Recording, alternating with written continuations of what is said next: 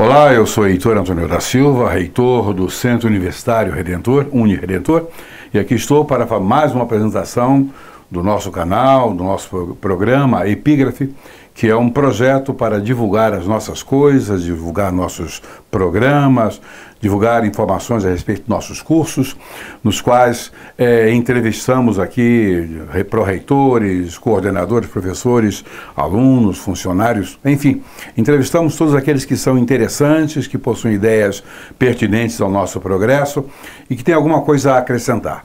Nesta hora, eu que tenho o privilégio de entrevistar a coordenadora do curso de Psicologia, também professora de outros cursos, especialmente de Medicina, a doutora Denise. Pois bem, olá, como vai você? Tudo bem, sua família? Olá, tudo bem, doutor Heitor? Um prazer enorme estar aqui com o senhor para falar um pouco do nosso trabalho. Obrigado, o privilégio é meu e a doutora que apresento agora, como eu disse, é coordenadora do curso de Psicologia, mestre, doutoranda, concluindo seu doutoramento em saúde mental, né? Nesses últimos 2 ou 3 meses, é psicóloga clínica, é também psicanalista.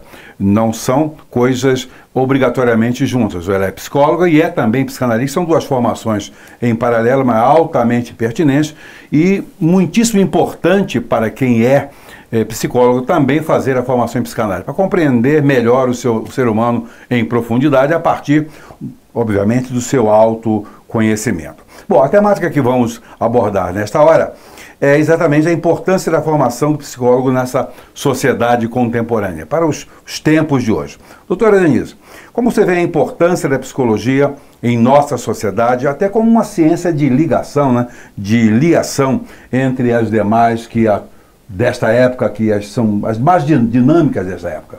É verdade, a psicologia ela tem essa tarefa mesmo, o senhor colocou muito bem, essa tarefa de ligação entre os saberes, ao situar, né, o homem na sua subjetividade, nas suas particularidades, na sua singularidade. E esses conhecimentos que nós desenvolvemos ao longo assim, de mais de 100 anos da ciência psicológica, eles mais do que nunca eles são muito bem-vindos, porque nós sabemos que hoje nós temos estilos de vida contemporâneos que podem favorecer muito ou a saúde ou ao adoecimento. E a ciência psicológica, ela revela esse lado humano, dinâmico, histórico, singular, que não está retido no tempo, muito pelo contrário. E a psicologia é essa ciência sempre em atualização junto com o homem. Então, assim, ela traz muitos benefícios para todos os campos do saber, seja da área da saúde, seja da área, de qualquer área, né, de conhecimento que lida com pessoas. A psicologia, ela agrega muito saber sobre o homem, sobre as particularidades que envolvem o homem e ajuda, inclusive, a todas essas áreas a encontrar soluções também para os problemas humanos contemporâneos, que também não são poucos, né? A gente tem tido aí nos últimos dias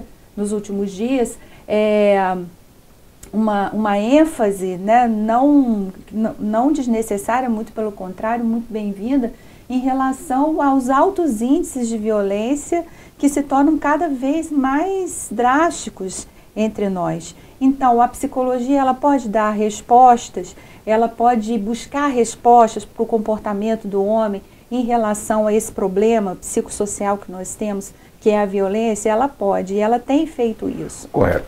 A psicologia é a ciência da psique humana e, obviamente, o ser humano é um ser em transformação continuamente. E ela não é estática, nem poderia ser. Não porque poderia. Ela estuda o homem no tempo, na sociedade, e variando o homem, variará, obviamente, a amplitude e a profundidade da psicologia. Uma coisa curiosa é que a psicologia não é coisa tão recente, tem mais de um século, como ciência, mas foi exatamente o Brasil, que não é um dos países mais desenvolvidos, mas o Brasil foi o primeiro país do mundo a regulamentar a profissão de psicólogo, né? Sim. O curioso, né? Primeiro país do mundo a regulamentar a profissão de psicólogo. Na década de 60. Exatamente, ainda, né? Na década de 70. Bom, doutora Denise, o ensino e a prática da psicologia tem mudado significativamente nos últimos anos. A resposta já foi dada. Tem que mudar, tem que mudar. Mas o que tem influenciado mais a psicologia nesses últimos anos? Bom, uma das grandes influências, além desse estilo de vida contemporâneo, né, porque se a psicologia fosse uma ciência estática, ela não seria definitivamente uma ciência humana. Não seria. Né? Porque ou ela é uma ciência humana e contempla esse dinamismo, ou então ela, de fato, ela não contempla o homem. Então, de fato, a psicologia ela tem mudado muito. Uma das coisas assim que a gente percebe nitidamente, assim, que tem transformado o ensino de psicologia é a junção teoria e prática, porque assim, durante algum tempo foi, talvez não fomentado, mas era uma prática dentro da psicologia, que eu acredito que também era nas outras ciências, muitas teorias e a prática só lá no final, ou mesmo quando a pessoa já se transformava em profissional. Uma das grandes mudanças e que a gente tem assim tentado implementar da melhor forma possível no nosso curso aqui na Redentor é justamente essa junção teoria e prática.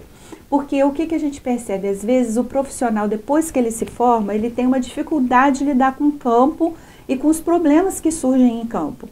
E aí a gente ouve aquele discurso, né? Porque na teoria é uma coisa, na prática é outra.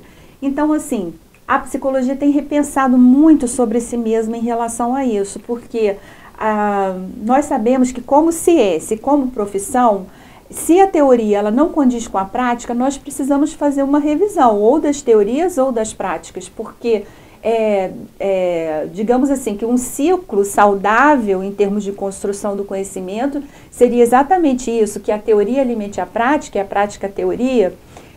Então isso é uma coisa que a gente vem realmente percebendo no cenário da psicologia, essa transformação, né, de realmente trabalhar com o aluno desde o início do curso com práticas, né, não apenas com teorias. As teorias elas são fundamentais, mas o aluno também precisa da prática, ele precisa ser inserido nos cenários de prática. Então isso tem beneficiado muito. Uma coisa interessante que eu percebo em todas as ciências, mas muito mais na psicologia, por força do seu dinamismo, é que como ela é teórica, é uma ciência teórica e tem que ir para a prática, mudando o ser humano, muda até a teoria, certo? Isso, então, se você tem hoje, você ministra um curso hoje em cima de certas teorias, quando ele terminar o curso, algumas delas terão sido revistas.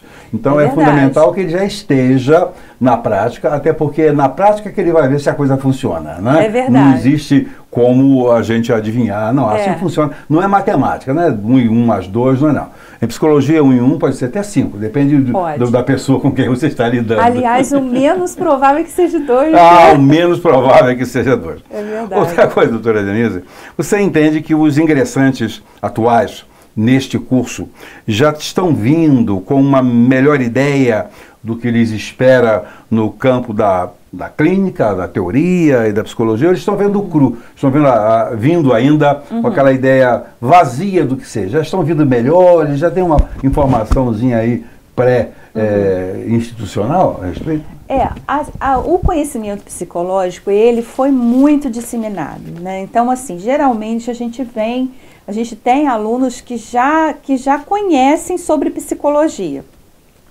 Mas, ao mesmo tempo, nós sabemos que essa disseminação da psicologia, a gente vê, assim, nas mídias sociais, nas revistas, enfim, sempre entrevistas tem lá... de TV, né? Cada ideia. Pois é, tem lá as entrevistas, tem lá os testes, né? Conheça você mesmo, em 2 minutos. Livros de autoajuda, são maravilhosos. Então, ao mesmo tempo que essa disseminação nos ajudou muito, né, a difundir o nosso saber, e nossa ciência, a nossa profissão, ao mesmo tempo, o nosso primeiro trabalho com o aluno é justamente esse, é tirá-lo do senso comum da psicologia, porque existem muitas coisas que circulam e que são científicas, mas existem outras que não são, e aí a gente tem esse primeiro trabalho, né, de tirar o aluno do senso comum, para ele poder, de fato, adentrar de uma forma séria, científica, no campo da psicologia. Isso é interessante porque... falar sobre psicologia, eu já vi muita gente falando. Já vi gente falando sobre Freud. Um cidadão um dia disse, quem é esse tal de Freud? Para ensinar-nos a criar nossos filhos. Ele que nem filhos teve. Aí um outro amigo que estava para ele disse, coitado, depois de morto ainda virou corno, né? Mas fazer o quê, né? O cara não sabia nada a respeito de Freud.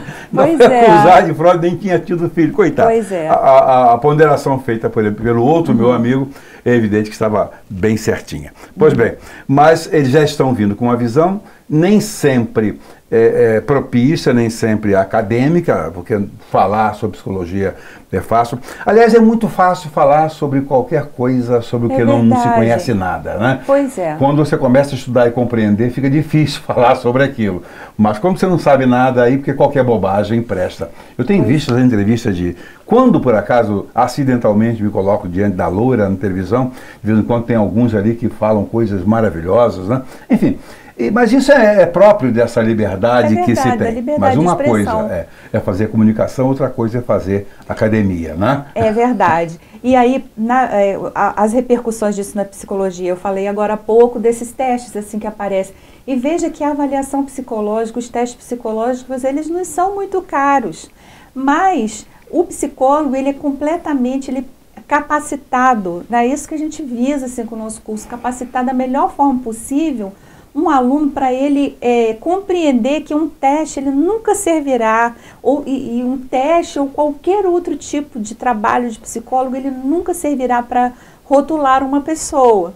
E às vezes nesses testes que as pessoas fazem, assim, eles já vêm com essas ideias, não, porque o teste diz que eu tenho toque, o teste diz que eu sou depressivo. Então, ele já mesmo que se autorrotulou algumas coisas, enquanto que o trabalho da psicologia é o oposto disso, né? Nós defendemos, sobretudo, veja que o nosso próprio Código de Ética, a primeira declaração dele utiliza-se da Declaração Universal dos Direitos Humanos. Então, nosso principal eixo de trabalho é garantir a dignidade da pessoa humana, né, do jeito que ela é, sem criar rótulos ou estereótipos. Pois é, esses testes são montados em cima de dados, em cima de uma coleta de informações, ou seja, de um quantitativo X que não é a totalidade. Não. Né? Mas quando o paciente está diante de você para qualquer coisa, inclusive para o teste, ele é uma individualidade. Ele não quer dizer que ele seja um representante majoritário da situação. Ele é um indivíduo e varia tudo, né? E esse teste ele não envolve um instrumento apenas, ele envolve vários. Né? A pessoa que está diante de mim, ela tem uma história, ela tem um contexto. Ela tem... História e contexto esse que ninguém terá igual, né? Não, singular, completamente singular. Ou seja, eles são flexíveis, eles são relativos, né? Nós não podemos dar classificação absoluta a alguém que é absolutamente relativo. Isso não tem jeito. Doutora Denise, em termos de preparo intelectual, nós sempre falamos dessa questão de capacidade de entendimento do aluno. Né? Tá muito difícil. Ontem eu estava com o meu genro em determinado lugar e fui pagar um estacionamento, o rapaz estava lá, o caixa do estacionamento, recebeu R$15 dele para cobrar 13. O rapaz pegou uma máquina de calcular para chegar à conclusão a respeito de quanto teria que dar de troco. Ele deu 15 e 13, o rapaz teve que calcular na maquininha para ver qual era o troco. Eu que sou das humanas, essa eu fiz. Pois é, eu também estou fazendo essa aí. Pois bem, ainda, né? Não sei se daqui a pouco mais. Mas veja bem, isso não é só na matemática, é em todas as áreas de conhecimento. Então, em nível de ensino médio fundamental, esses ingressantes que vêm para o curso de psicologia, isso é bem verdade, que nós temos, não vou dizer a maioria, mas um bom número que já vem com curso superior, né? Mas em termos de base de ensino médio fundamental, eles já vêm com uma capacidade boa de entendimento para a psicologia, que tem uma linguagem própria, tem uma abordagem, tem um foco diferente totalmente das outras áreas de saúde e sobretudo de humanas. Já vem com certo preparo ou ainda existe dificuldade de inseri-los nesse entendimento? Essa capacidade ela é bastante variável entre os alunos, porque assim, nós temos assim, alunos que vêm com uma boa base, tem outros que não. Então isso é bastante variável. Assim, é difícil a gente precisar ou até tentar generalizar de alguma forma. Agora, o que eu acho mais importante é que essa é uma dificuldade contornável. Aqui na faculdade, por exemplo, a gente tem inicialmente os programas de nivelamento que ajudam muito nesse sentido. A gente sabe que os primeiros períodos do curso de psicologia, além dessa tarefa de tirar o aluno do senso comum, a gente vai precisar lidar com esse perfil variado de aluno que a gente recebe. Então, assim, ao mesmo tempo que eu vejo que isso a gente enfrenta alguma dificuldade nesse sentido, eu percebo que isso não é um elemento assim que desqualifica nenhum tipo de aluno. Nos preocupa, em alguma medida, essas mudanças que vão sofrer no ensino médio. Porque, assim, veja, a gente está falando de estilo de vida contemporâneo, e a gente vai ter que concordar que hoje, no nosso país, há um pouquíssimo incentivo à leitura, à reflexão, e a ciência psicológica, ela necessita dessas habilidades. E aí, uma primeira tarefa também que a gente tem com o aluno é convencê-lo de que ele precisa ler, né? E quando ele estiver cansado, ele precisa ler um pouco mais, né? E não apenas conhecimentos da psicologia, mas de todas as áreas humanas, artes, né? Tudo isso que envolve o universo humano. Hoje, por exemplo, uma temática que a gente se ocupa demais é exatamente essa relação do homem com esse mundo virtual, que para ele já é real, né? Ele está no mundo virtual, mas é uma realidade para ele. Enfim, essas relações novas que vão surgindo e que a gente precisa se apropriar e pensar sobre elas. Então, digamos assim, o exercício reflexivo, se para algumas ciências, o que eu discordo já de imediato, porque eu vejo assim que toda a base da boa ciência será a filosofia. Exatamente. E se é sobre isso que eu iria falar. Precisa de reflexão, mas se em algum momento a gente pode prescindir disso nas outras ciências, na psicologia jamais. Não podemos. E aí me preocupa um pouco esse novo ensino médio que dará a um aluno a possibilidade dele escolher, né? Escolher sobre estudar filosofia, escolher estudar sobre sociologia, numa época em que culturalmente, nós não estamos muito mais preocupados em críticas e reflexões. Interessante, que essa opção que o aluno tem que fazer lá atrás, ele vai fazer essa opção em um momento que ele não está ainda preparado para escolher uma profissão. A verdade é essa. Ele vai mudar. Eu penso que Ele vai mudar. Aí ele opta por humanas, lá na frente ele quer fazer exatas ou saúde e vice-versa, isso se complica. Você citou a filosofia. O que é fundamental, eu entendo, no ensino médio, a filosofia é essencial. Eles abdicam disso como sendo uma necessidade, porque eles não sabem exatamente o quanto esse aluno no futuro vai precisar de reflexão, de pensar. E a filosofia, e também a literatura em geral, romance, eles não leem nada. Né? Quanto mais ele seja capaz de variar, de fantasiar, de pensar, de imaginar, é importante para a psicologia. E se ele não tem acesso com a literatura formal, ele não vai ter essa capacidade. Ele vai ficar muito restrito, muito focado em poucas coisas. É o que temos hoje. Gente cada vez sabendo muito mais de quase nada do que o ideal, que seria conhecer um pouco ou bastante de tudo, né? Essa é uma situação. Eu poderia exemplificar da seguinte forma: nós hoje temos umas centenas de milhares de filmes, de séries que abordam o comportamento humano, perfis, né? E aí os alunos têm muito interesse sobre isso. Eles chegam querendo saber sobre diferença de psicopatia e comportamento antissocial, o que há de relação entre isso. Mas veja, como nós poderemos abordar as alterações dos comportamentos humanos e dos processos psicológicos básicos se nós não compreendemos ainda esses processos, se nós não compreendemos ainda características da personalidade humana? Como nós faremos isso? Então, assim, veja que há uma necessidade hoje também em torno da psicologia de todo um cuidado, de ao mesmo tempo firmar bem os nossos pés, né, nos fundamentos da ciência psicológica, para a gente poder, firmados nisso, olhar para esse mundo contemporâneo e buscar, sim, sempre as respostas. E a psicologia vê isso de uma maneira muito especial, ou seja, o mundo e as pessoas são como são, e não como deveriam ser, e não como gostaríamos que fosse, e nem tampouco há um ideal, de comportamento. É o que é psicologia, é psicanálise, ou seja, acaba lidando com o indivíduo, com a sociedade, como ela está aí. E é muito difícil, porque também nós temos nossos estereótipos, temos nossos preconceitos. As pessoas têm preconceito até propriamente com a própria psicologia. Tem uma autora que fala exatamente isso. Cada um é o que é a sua subjetividade. Acabou. Pois bem, doutora Denise, e o exercício da profissão? Há muitas vertentes para a atuação do psicólogo do chamado mercado de trabalho. Quais são os principais? Olha, a psicologia clínica ainda continua como um mercado de trabalho, né, que é assim, um dos mais requisitados pelos profissionais que se formam. Mas a psicologia tem um mercado de trabalho muito amplo, porque onde que um psicólogo pode atuar? Ele pode atuar onde estiverem as pessoas, e as pessoas estão em todos os lugares. Então, o psicólogo ele pode estar nas empresas, nas escolas, nos hospitais, nos ambulatórios públicos, enfim, existe muito... Não há restrição. Não há. É isso que me encanta na psicologia, porque é um profissional adequado para atuar em qualquer área. Não é um problema da psicologia dele. Se ele tem competência, ele pode, e se ele tem interesse, mais do que competência é o interesse. Sim. Porque se não tiver interesse, você não vai aprofundar, não vai.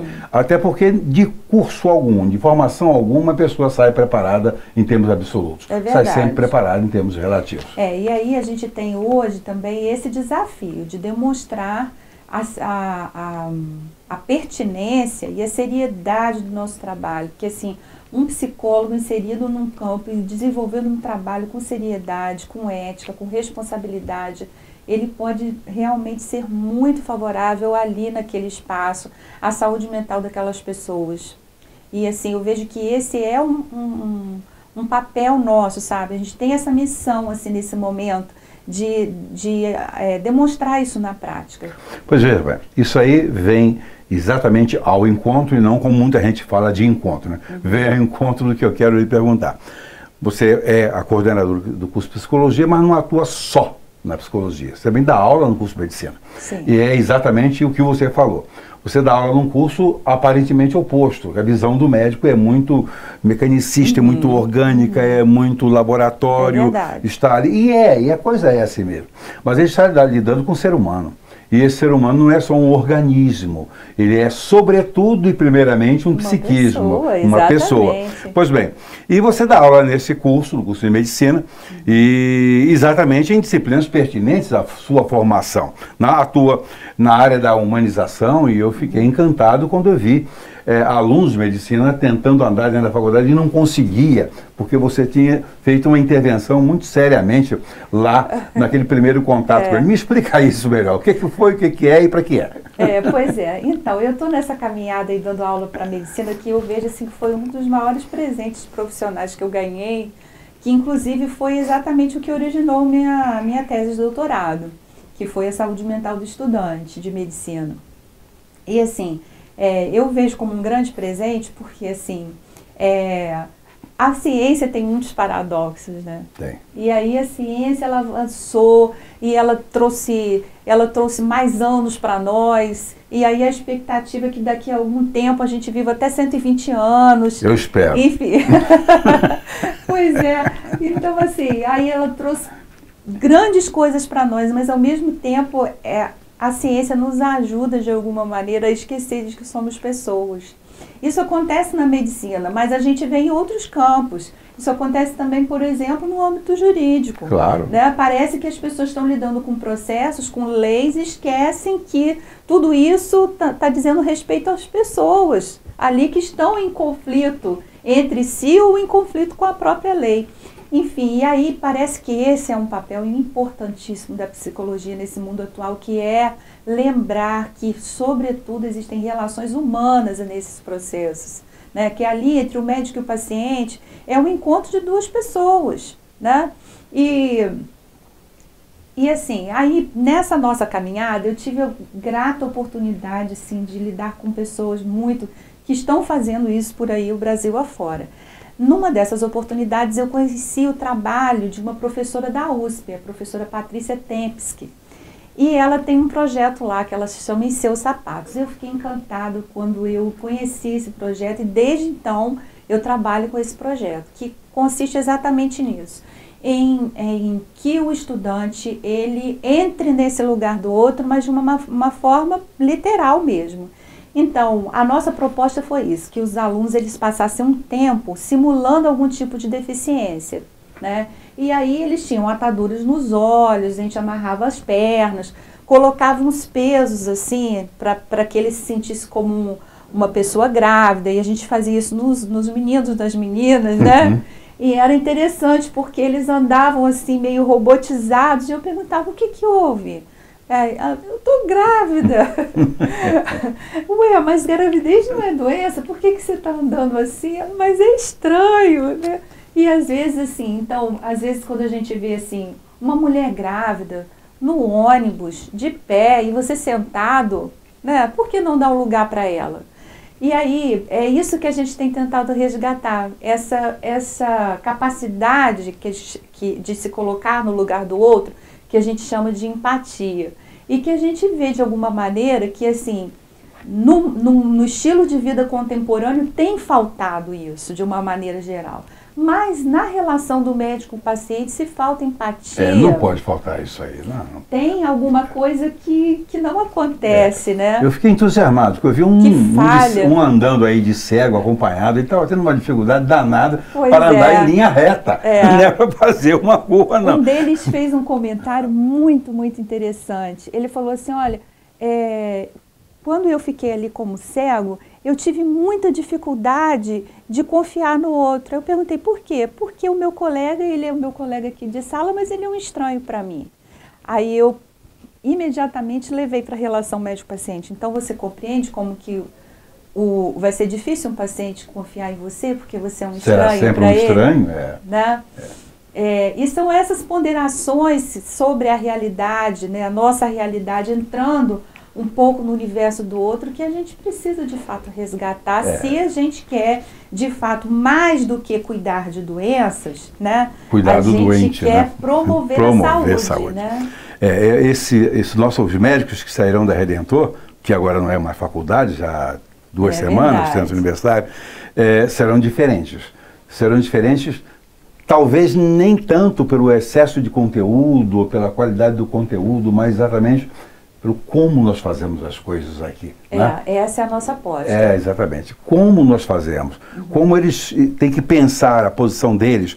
Porque há até um ditado, né? Porque entre médico e juiz há 2 coisas interessantes. Né? Um acha que é Deus, o outro tem certeza. O médico acha que é Deus e o juiz tem certeza. Pois bem, nenhum outro pensa o que pensa, nem o que acha, nada disso. Há um dia quando eles se tornarão pacientes também. Verdade. E vão ter que confiar também naquela pessoa, no estranho. Né? Isso é algo muito sério. Sim. Agora uma perguntinha bem objetiva. Vale a pena ser psicólogo? Muito, muito. Eu me sinto, assim, como psicóloga, plenamente realizada, porque o senhor falou há pouco, assim, você trabalha com outras coisas. Mas, na verdade, assim, hoje eu trabalho 100% do meu tempo com psicologia. Porque mesmo quando eu vou para a docência, eu vou dar aula de psicologia. Né? Não vai mudar a maneira de pensar, pelo contrário. Muito pelo contrário. Cada vez mais eu me encanto mais com a profissão que eu escolhi. Eu sou completamente, assim, capturada pela psicologia. Entendo, assim, a psicologia me fez ainda admirar ainda mais o ser humano.